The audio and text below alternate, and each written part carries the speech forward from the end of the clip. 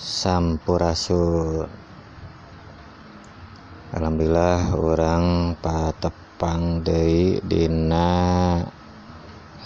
kanal Calisada TV nu baris midangkeun contoh-contoh aksara Sunda dina hal penulisan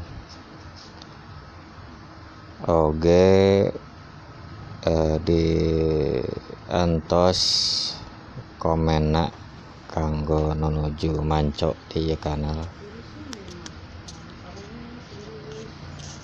Pelajaran dina denget ieu masih kene ngabahas perkawis aksara suara.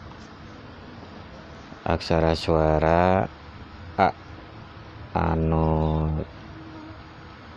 dipayun nyaeta contoh-contohna aksara A ditempatkeun di payun kecap atau napi dihareupeun kata taya nama midangkeun contoh aksara A nu ditempatkeun di tengah-tengah kecap.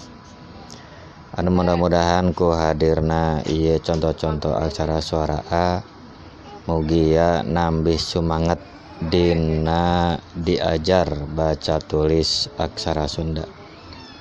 Sakitu anu kapiatur kirang langkung nadiapunten wilujeng diajar. Rahayu aksara Sunda. Cag.